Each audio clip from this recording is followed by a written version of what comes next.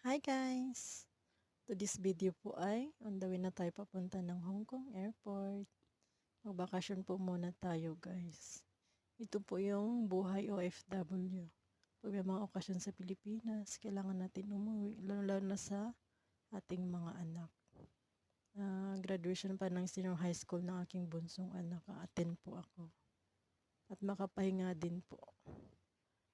At least almost 1 month na bakasyon.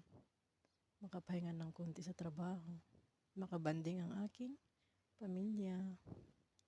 Ito na po ako guys, nasa taxi grab ako ngayon. Ito pang sinakyan ko pamunta ng airport para mas mabilis. Malapit na po ako sa airport guys. Ayan. Kita-kita na lang po tayo ulit sa aking next video. Bye!